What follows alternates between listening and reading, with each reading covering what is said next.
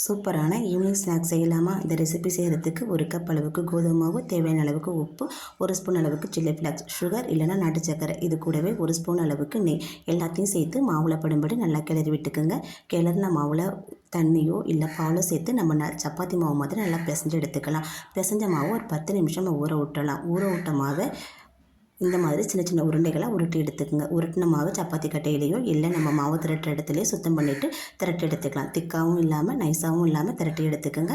திரட்டின மாவை சூடான கல்லில் போட்டு அரை வேக்காடு கொடுத்து எடுத்து வச்சுக்கோங்க. எடுத்ததை இந்த மாதிரி 3 கோடுகளாக பிரித்து எடுத்துக்கங்க. பிரித்ததை சின்ன கத்திரிக்கோள் வச்சு சின்ன சின்ன துண்டுகளாக கட் பண்ணி எடுத்துக்கோங்க. நம்ம அரை வேக்காடு கொடுத்து எடுக்கும்போது தான் நம்ம கையில் ஒட்டாமல் பொரிக்கிறதுக்கு கரெக்டாக இருக்கும். இந்த மாதிரி எண்ணெயை நல்லா சூடாக்கி மிதமான தீயில வச்சு இதை பொரிச்சிடுங்க. சூப்பரான ஈவினிங் ஸ்நாக்ஸ் ரெடி. குழந்தைங்களை விரும்பி சாப்பிடுவாங்க. ட்ரை பண்ணி பாருங்கள். காற்று போகாத டப்பாவில் போட்டு ஸ்டோர் பண்ணி வச்சுக்கோங்க. தேங்க்யூ.